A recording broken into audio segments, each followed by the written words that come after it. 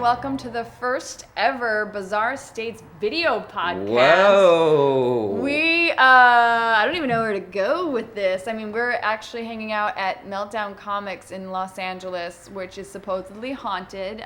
We're going to be coming at you weekly. Hopefully we'll be doing more actually on-site stuff. And so let's kick this off. So here we are. The first thing on my laptop when I opened it was Dolly Parton pictures from 9 to 5. Jeez. That's what I was looking up. Cheeseball. But yeah, as Jessica said, we're inside of Meltdown Comics. Brief history of this building, as told to us by its owner. The alley behind Meltdown used to be a private railroad in the 20s and 30s that would run from Franklin to Fairfax. That's not necessarily creepy, but again, this is just history of the building. Yeah, this is just history. This site used to be the first hardware store on Sunset in 1911. Ooh. Man, don't even get me started on hardware stores. Creepy. Them wood planks, though. Yeah. There's a caved-in basement that's sealed off. In the 1940s, it gained the nickname Guitar Alley. Most storefronts used to be music instrument shops on Sunset. This is funny. This is more sad and a little creepy. The building used to be Sid's Baby Furniture Shop in the 1960s, up until when Meltdown moved in. And the old folks that ran it never caught on that the name SIDS was an acronym for Sudden Infant Death Syndrome. Not that actually causes a haunting, but that's just friggin' hilarious. Right. That's just bad advertising. That's just bad business sense. Now, there are dead bodies often found under the fig tree, which is what, back there? You went out there. I think so, yeah. Including one, which we talked about on the podcast, that was found 3 weeks back. The alley used to have a reputation as a hooker's drive-through from the 50s to mid-1990s, until the laws changed. It's just an overall kind of sketchy hood, and the spirit that we've heard a lot about. So here's the situation. I actually know the guy's name, but I'm not going to tell you his name. Has anybody told you his name? No, I've never heard the name of so I know the artist name. that used to live in the loft. So I know the name. Okay. I'm going to keep that to myself so that if later on when we do EVP... Is it Derek? No, it's not Derek. It's Chad. It's not Chad. Chad? God, he'd probably just be mad at us for even saying that. But in case anything comes up then and it is that name, and I know I didn't do it, and you don't know, then we're effed. You'll know that it was communication from the other side. Yeah. So anyway, there's this guy that used to be a live-in artist here that lived in the loft area, which we are going to eventually go and try and do some night vision camera and record a full episode of the podcast. Yeah. Because right now we're kind of in the main area, like the main shopping area, where supposedly some stuff happens. I guess they say books fall off the shelves, there's sounds. Some of the employees at Meltdown refuse to be here alone. Yes. As we are right now. And I guess we should say we're totally alone. Thank you to Meltdown for letting us do this. Huge thanks to Meltdown for letting us do that and having complete confidence in our ability to lock up. Right, that we won't accidentally burn the place down. Incredibly paranoid about. But anyway, so this dude was an artist that lived in the upstairs loft area. He actually committed suicide off grounds, but the people that work here think that he's the one that is haunting the place due to the fact that this was the place that he lived and loved hanging out. Yeah, and the owners and stuff were friends with him. His soul's home. Yeah, exactly. And then from what we recently found out, and by recently I mean today, is that next door where the Nerdist School is and where another podcast room is supposedly haunted by, they're not sure, but they're assuming an evil spirit due to certain animals' reactions and things. And lights going on and off by themselves. Even though everything here is on a single breaker, the lights went off throughout the entire building except for this one room, which is technically impossible. The ghost had work to do. He had a podcast to shoot. So they're saying on that side, there's a not so nice spirit, whereas up in the loft, the artist's spirit has been mostly benevolent. Yes. Yeah. Okay. No, well, just non-threatening. Non-threatening. Okay. Well, also a little bit later in the podcast, we may stream a little bit.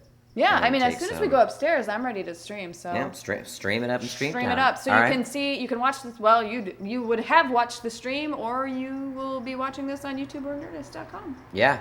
All right. We'll figure this out. All right. Follow us upstairs. Whoa! All right, guys, we're taking you to our special spot. Back this way is a storage/office space, but also where I think that dude used to live. This is right back here. This is pretty standard average. Lots of cool stuff. And Francisco said that there's sounds up here often. Very often. I mean, it's an old building. It's going to be creaky, but supposedly there's like distinctive stuff. Be careful because there's a stairway down there. And then here is our locale, and it actually leads right into the podcast room for Nerdist. Should I shut that door? Yeah. I'll go shut that. Yeah, I'm kind of scared to shut it. I don't really want to. Press record on this guy. Check. Okay. So I guess it's working. I guess. I have no idea. Okay. God, I hate my chin.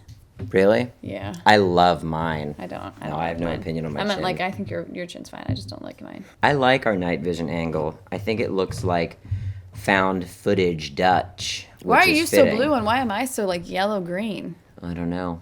It probably has something to do with our auras. Probably. This is weird. Yeah. Guys, welcome to the in an attic in the middle of the night. Welcome to the podcast. We're in an attic in the middle of the night. So first things first. I don't even know what to do. Again, these Dolly Parton pictures. Oh, Jesus, stop with the Dolly Parton.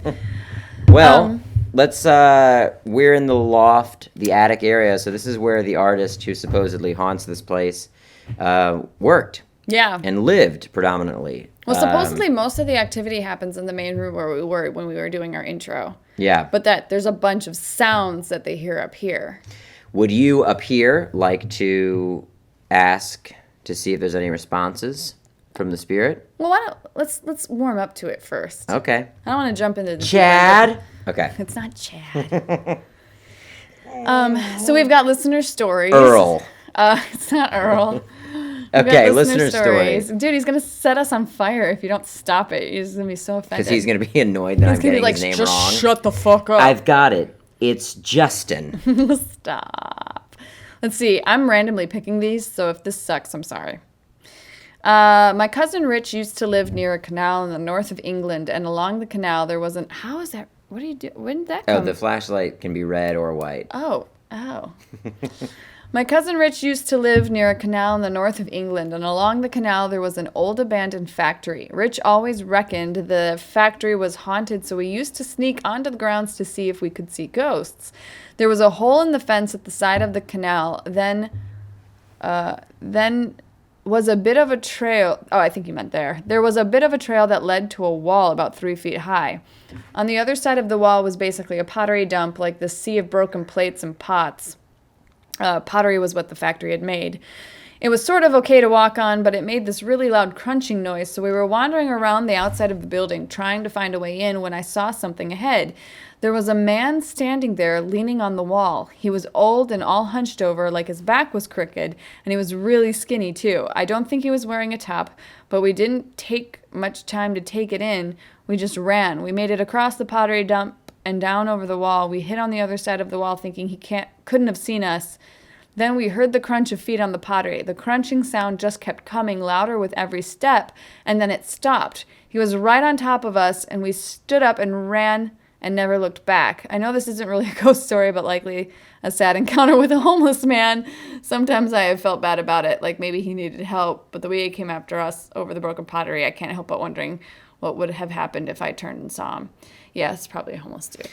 Yeah. Which can just be just as scary. I scared the crap out of myself after taking pictures of that area where the dude got shanked and almost tripped over the head of a homeless dude that was sleeping. Well, here's the thing, too. They obviously all know a dude got murdered there, and yet they're still like, I'm going to chill here and sleep. Yeah. I wonder if it's like claiming space. It would be interesting if you were so scared that you tripped over a man and then stabbed him to death. in essence, keeping the cycle of the fig tree murders going. Yes. Yeah, yes, but it was like a self-fulfilling prophecy. Why don't you pick one this time? You want me to just randomly pick one? What was that one that said evil? Evil? I like evil stories. Okay. Can you see it? It's yeah, kind of I think so. writing. It's kind of tiny. Paragraphs would be a wonderful thing in these emails. Yeah. Come on, guys. Get your formatting right. Paragraphs. First off, I love the show. Love to hear about scary shit. So one year, I'll get this a little closer because I'm legally blind. So one year, me and my buddy went out and bought Resident Evil 5 when it came out. It was at night, and his parents were gone, so we could stay up all night playing. Thing is, he lived way out in nowhere, down a long dirt road in the woods. On the way there, we pass a man on the side of the road in the dark, just walking in the road. About a mile further, a sofa was in the road. So we stop and drag it off into the ditch. While doing this, the man can be seen coming up the road. We hurry back in our cars. As we leave, I look back and cannot see him anymore. A little ways later, we make it to his house. It's basically a small farm with horses, cows, 2 open fields, and 2 Great Danes. We start the game, and about that time it starts lightning and thunder with heavy wind but no rain. About half an hour later, the dogs start to bark and growl, which they never did that I'd seen. Thinking it's just because of the weather, we kept playing. Then we start to hear the horses and cows going mad. Now we get a little freaked. We look out a window and, of course, can't see anything, so we just keep killing zombies. Next thing we know, my car alarm goes off. The dogs start to jump on the back door, wanting in. Mind you, They are 4 foot taller. They are 4 foot tall, over 100-pound dogs, and they don't scare easy, so that was our hint that something was not right. We shut the lights off, and it being Georgia, we grabbed his dad's shotguns and look for real zombies now. At first, we see nothing. The animals in the fields and the wind blowing the trees. But then, like it was a movie, the lightning flashes and we see the man in the road walking along the fence in the field. We watch him for a while as he stands there looking at the ground. After about 5 minutes, he starts to walk closer to the house. The 2 giant dogs didn't worry him, and the bull with the cows didn't either. So maybe we would with our guns. My friend steps out the door and fires in the air to scare him off, but with no luck. By this point, we just locked all the doors and sat in the dark, waiting for him to break in. Hours pass, and it's morning, so we walk outside looking for him. He was gone, but what we found in the field scared us shitless. There was a blood trail along the fence he was walking. We tracked it all the way to a pond down the hill. The trail ended at the water line. When his parents came home, we told them what happened, and they called the cops. They searched the pond and the area around it for a body, but found nothing. Months go by and almost forgotten. We're on our way home one night, back to his house, when we see the same man walking down the same road. We get to the house and call the cops. The cops get there, but they don't pass the man. He didn't show up at the house that night.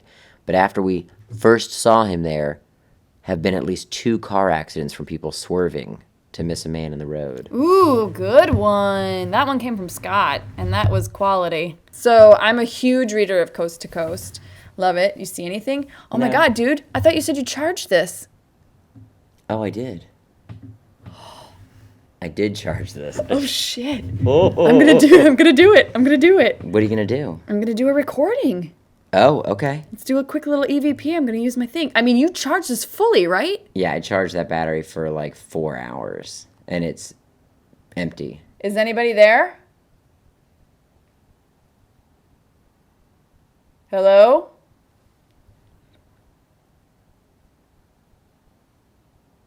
Are you gonna be on our podcast? Yeah, something. Is there a spirit present? Well, duh. If it says yes, of course. Say something better. Ask something better. Is your name Chad? He's gonna fucking set you on fire. Did you used to live and work here? Well, he never worked here. He only lived here. Painted, right? Oh, well, yeah, I guess Wasn't it like artist space? I probably should stop talking over him. Sorry. Are you happy? All right, let's play it back. Is there anything you'd like to tell us?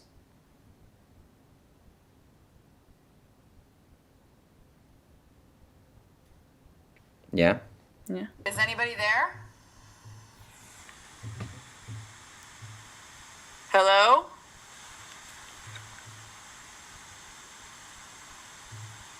Are you going to be on our podcast? Nothing. There is something moving outside. Can we go check it out? Yeah, go see if... No, not... I don't want you to leave me by myself up here. Are you insane? All right. You know what I'd like to read? What? I'd like to read a story that used to scare the shit out of me. And I have not read it since it scared the shit out of me in elementary school. In elementary school? And I wonder if I can find it online and read it. And I wonder if it will still scare me. Especially being the middle of the night in a haunted comic book shop. Oh my god, those? Yeah, bro. Those are horrible. Oh my god, those were awful illustrations. I remember in elementary school, and everybody remembers these books, Scary Stories to Tell in the Dark. Oh, God. I remember, and again, if you listen to the podcast, you know that I was a scaredy cat kid. I didn't get into horror movies and scary shit until I was older. But I remember these kids in my class. I feel like we need to kick up some light. Really? Yeah. Just for the sake of the stream? Yeah, we're just a black blob. Yeah, but look at the night vision camera, though. It's pretty sick. I remember kids going to buy this book from the book fair. You know, remember they'd have, like, book fairs in the cafeteria? Yeah, I loved those things. Oh, did you? Yeah. And those little, like, pamphlets they would send home with you so that you could pick the books out that you wanted, and Scholastic would end up mailing them to your house. It was so exciting. It was like, fuck, I want this, I want that, I want this. Shit. Yeah. That's what got me into reading. For sure. It was a good thing overall. But these kids would bring back Scary Stories to Tell in the Dark. And I was like, oh, what's that? And I remember reading one in class. Middle of the day, bright. You know? Like, a lot of kids around.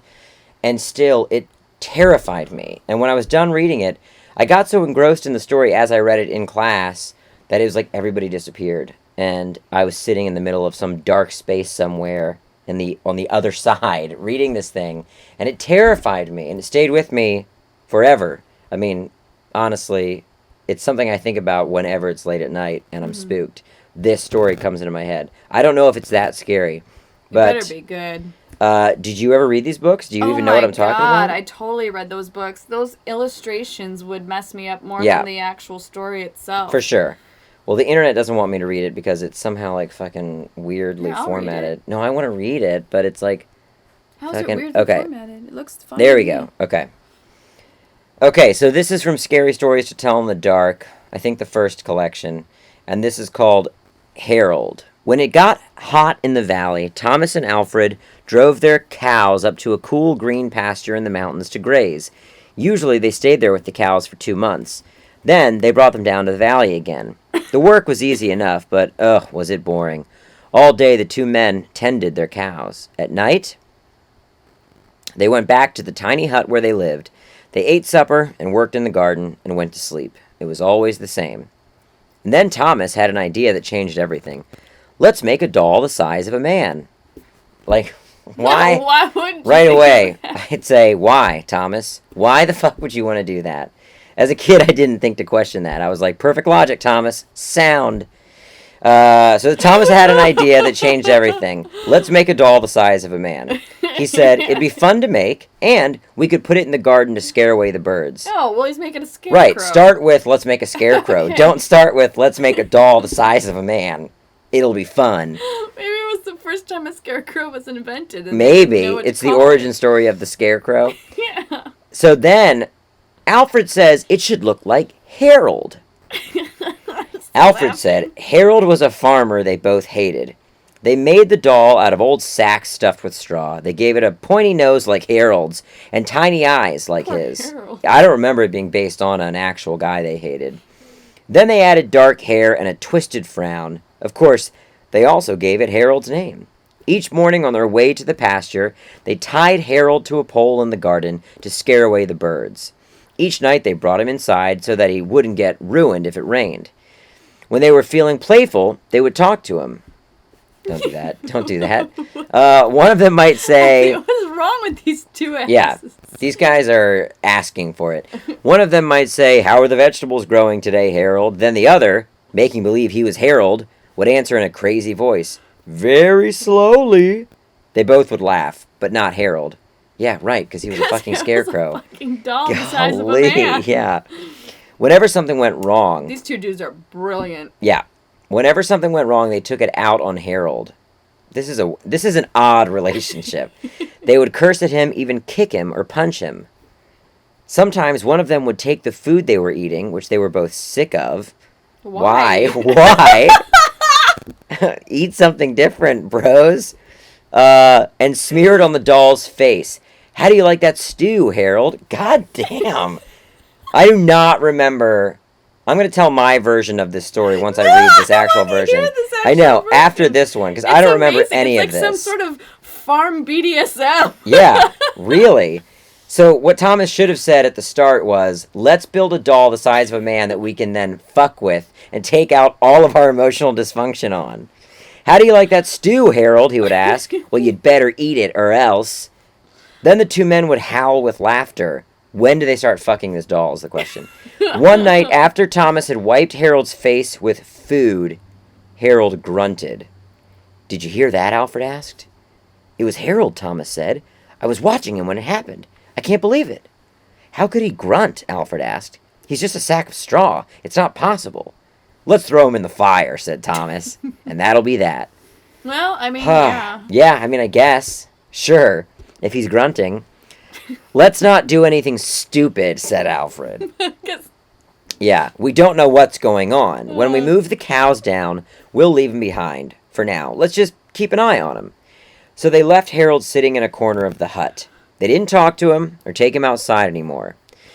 Now and then the doll grunted, but that was all. What? So they're like living with this grunting doll? How in the world? That's insane. That's insane. Now and again the doll grunted, and that was all. After a few days, they decided there was nothing to be afraid of. That doesn't make any sense. Maybe a mouse or some insects had gotten inside. No, okay. Straw, yeah, maybe. And were grunting? I don't know. That's insane. Maybe they had gotten inside Harold and were making those sounds. Well, still, then get the fucking mice out of the doll. Well, are you going to really open up the scarecrow and pick mice out? Sure. Yeah. If the doll was grunting, and you and I were like in the corner of that room, if the Mars Attacks aliens started grunting. Don't fucking mention the Mars Attacks aliens grunting. If the Mars Attacks my shit. If the Mars Attacks aliens started grunting. God, that thing is awful. And we thought, well, maybe it's mice. Wouldn't you be like, well, fucking open it up and see if it's mice? No. Really? Because there's fucking mice in it. Yeah, okay. Well, then you're obviously the Thomas of the group. So Thomas and Alfred went back to their old ways. Each morning they put Harold out in the garden, and each night they brought him back into the hut. When they felt playful, they joked with him. When they felt mean, they treated him as badly as ever. Then one night, Alfred noticed something that frightened him. Harold is growing, he said. I was thinking the same thing, Thomas said. Maybe it's just our imagination, Alfred replied. We have been up here on this mountain too long. That's a different story altogether. Is it Brokeback? I mean, Thomas and Alfred making sex dolls. The next morning while they were eating, Harold stood up and walked out of the hut. I have no comment on that. He climbed up on the roof and trotted back and forth like a horse on its hind legs. All day and all night, he trotted like that. What are they doing? What are they doing while he's trotting on the roof? In the morning, Harold climbed down and stood in a far corner of the pasture. The men had no idea what he would do next. They were afraid. Yeah. They decided to take the cows down into the valley that same day. When they left, Harold was nowhere in sight. They felt I got hopeful too, and then I was like, oh, it's a boat. It's a bike. They felt as if they had escaped a great danger and began joking and singing. But when they had gone only a mile or two, they realized they had forgotten to bring the milking stools. They probably should have foreshadowed the milking stools if this is what takes them back to the farm. Anyway, neither one wanted to go back for them, but the stools would cost a lot to replace. There really is nothing to be afraid of, they told one another. How in the world... There's a living scarecrow that's... trotting on your ceiling. There's something to be afraid of. The living scarecrow we made. After all, What could a doll do? Kill you? Wear you as a skin suit? They drew straws. Do you know how the story ends? Oh, did I guess it? You pretty much did. And the lights flickered behind you. Are you serious? Yeah, they drew straws. You fucking with me? No. I'm sure it showed up on the stream. They drew straws to see which one would go back. It was Thomas. I'll catch up with you, he said, and Alfred walked on toward the valley. When Alfred came to a rise in the path, he looked back for Thomas. He did not see him anywhere.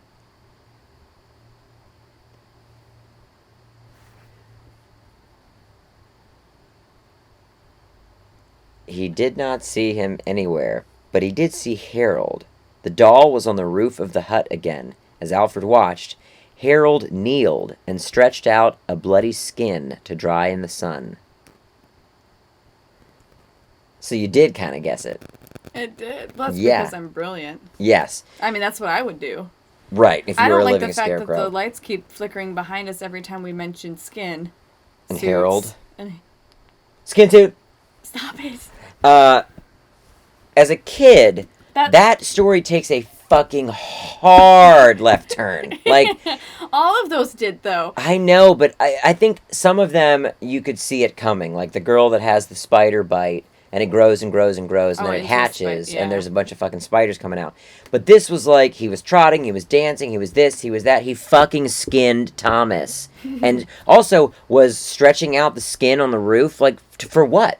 To dry the hide and make a satchel? Yes. Well, no, my guess is he's going to stick himself in there so he can become a human being. Right, okay. Yeah, he's not going to make a backpack. Even as a kid, I was like, what, is he going to fucking make a satchel?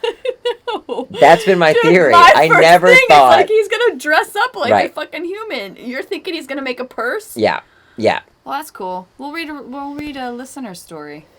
Yeah, do it. Listener story. Let me find one. So here is a long one from Luis. I'll go for it. Okay. I won't tell all of my experiences as we will be here all day, but I will share a couple. So my family's only experience ghost encounters when I am around. Growing up, weird things always happen in both houses. We've moved twice, and always surrounding myself. I've since moved from home and lived in various places. This does not stop any activity. Some, like past family members, will follow me from house to house, but most of the spirits I have seen are at random and come and go. It all started when my mother was pregnant with me. She started seeing spirits materialize at the end of her bed.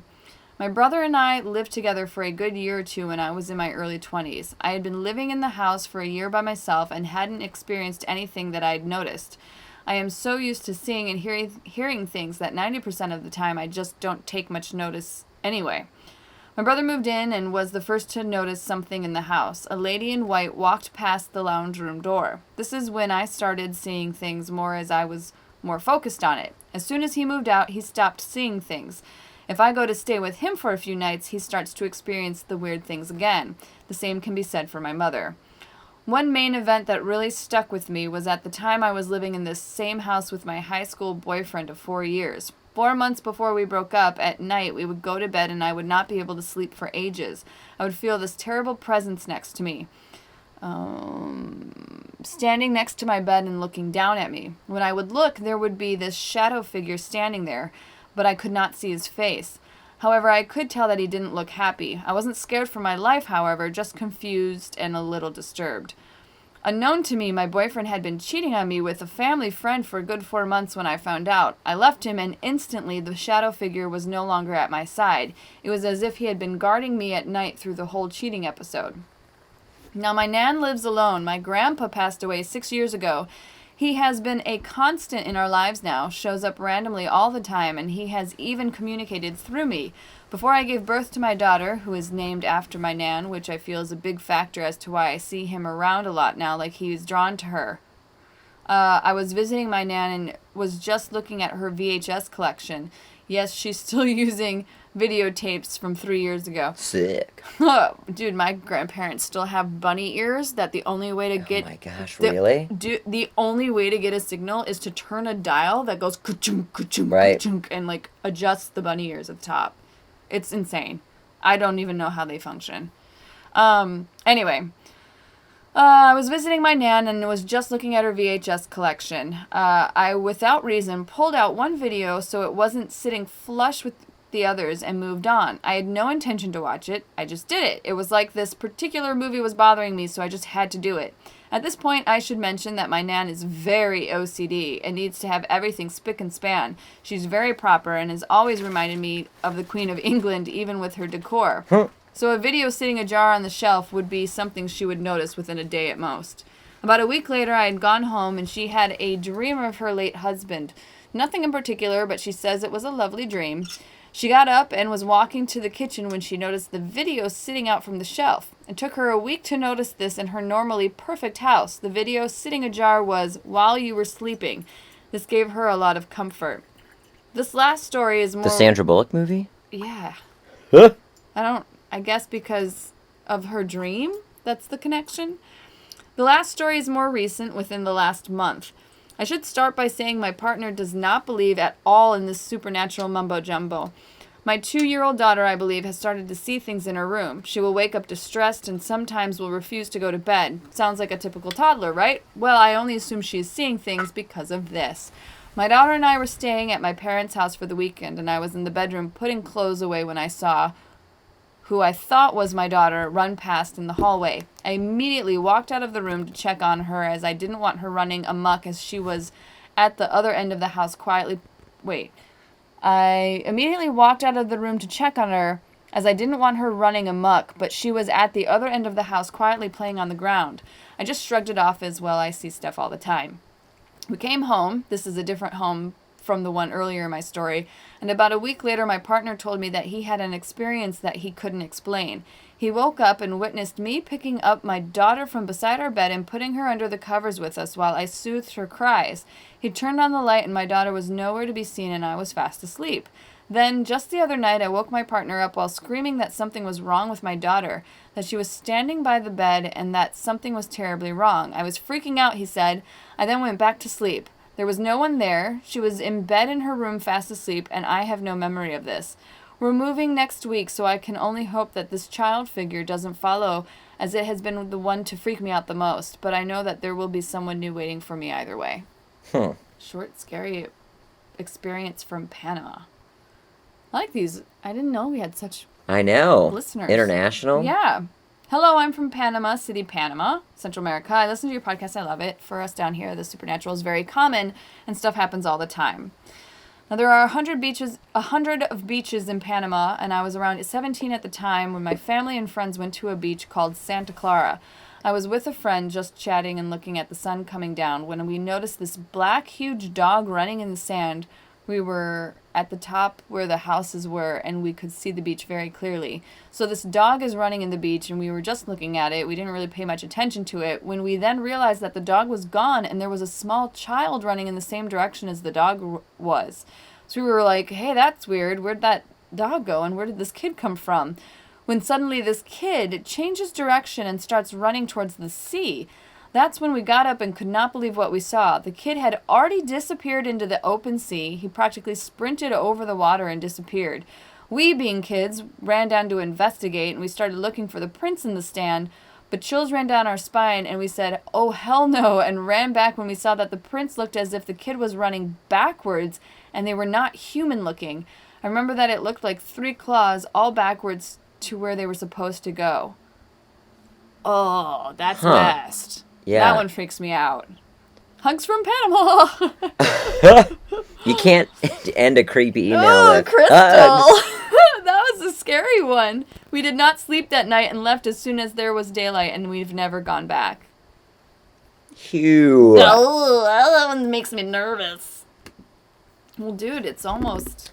I say we do a walk around the store. Okay. And we pop in a little bit on that side. Oh, and just see what's up. And just see what's up. Hi, if you're here, please say something and let us know. I definitely understand why they think they get cold spots, because this place is freezing. Can you tell us your name? More specifically, can you tell Andrew who you are? Maybe ask, why haven't you left? Yeah, if you're here, why haven't you left? I would assume because it's an awesome comic shop, and if you're going to haunt something. Savage Dragon back issues. If you're here, prove it. Knock something over. Make a noise. Yeah, just say something. So now here to the left is... Dude, I can't go in there. Are you is fucking the area kidding me? that people say is the not so happy. Do you want me to go first? Yeah. But then what if it comes up behind me? You got to either pick the front or the rear. I'll take the rear, I guess. So I want to peek in that room. Oh god, I just saw the player piano. Fuck. That's always a bad sign. This is the area that used to be a bakery, I believe. And now it is an improv school. Oh. Don't taunt it. How about this? Spirit, would you give us a one-word suggestion that we can base our improv off of? Is this room unlocked? Because this is the room. If it is, then you're going in by yourself. But wait, No. I'm holding the camera. No. All right, hold on. Are you seriously doing it? Sure, dude. It's locked. There's creepy things in Meltdown that are even creepier at night, like this rotting Michelangelo face. That is like my living hell. If Michelangelo came alive right now, I'd be equally scared and stoked. I would lose all of my bowel movements in one big gush. I've got to say, I mean, I understand any building at night can be creepy, and I know the history. There's something less creepy about a place when it's on a major thoroughfare like Sunset. Yeah. But at the same time, I know there's a lot of ghosts in Hollywood. Well, here's the thing, though. If something happens while that's going on, then you know it legit happened. Right, do you know what exactly, I mean? Because right. if it's still going on while there's a lot of activity around, it doesn't give a fuck. So apparently, this is where the basement caved in and is covered up.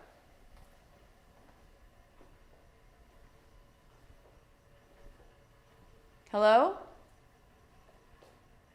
Is anybody there? Oh my god, this door's been open the whole time. Yes, I know that. Well, the gate's drawn shut, though. Oh, okay. I hate the bathroom in here.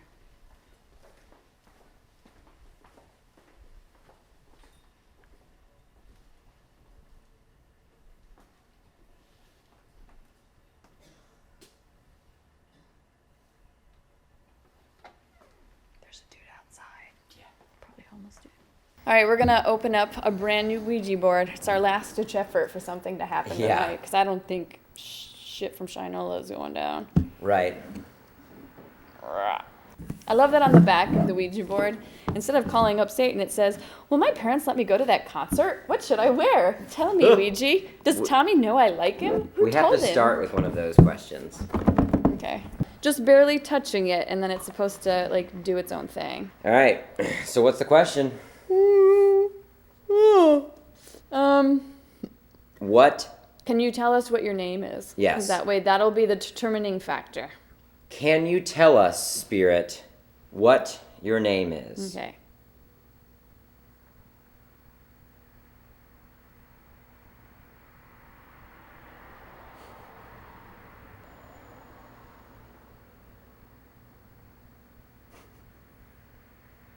How long do you watch it do nothing? Does Tommy like me? Oh! Just no. What is your name, Spirit?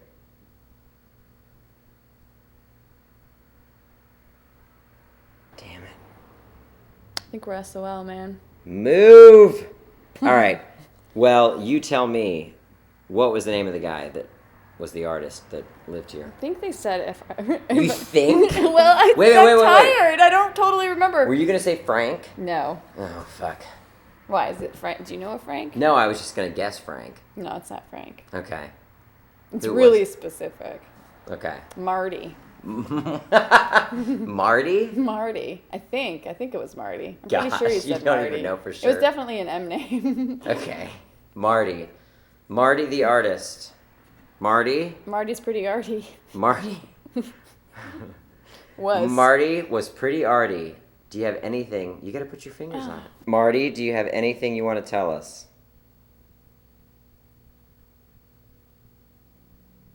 God damn it, Marty. All right. That's not even his name. We had no movement on the Ouija. We had no paranormal activity in the store or in the attic. It's almost 3 a.m. and we haven't experienced anything spooky. We haven't, although we did have an excellent story time with you. Yeah. Taking us back. Yeah. Back to the old school with those scary stories. Yeah. And some good listener stories. Right, for sure. What if that fucking just started moving by itself? I would what a killer ending. Shit my pants. If we were just like, and it's not haunted. Yeah. Can we fix that in post? Yeah, sure. All right, everybody, make sure and follow us on Twitter at bizarre_states. And you can also send us your emails to bizarrestatespodcast@gmail.com. Thanks for kind of going on this adventure with us. Sorry that it didn't totally work out, but we've got other stuff planned in the future just for fun and S&Gs. And anything else we can think of? I think that's it, yeah? Yeah. Let us know if you liked this video podcast version of Bizarre States, and maybe we'll do more. Don't forget, we'll be going once a week. Starting now. So we'll see you guys next week. I'm at Andrew Bowser. She's at Jessica Chobot. Bye. Bye.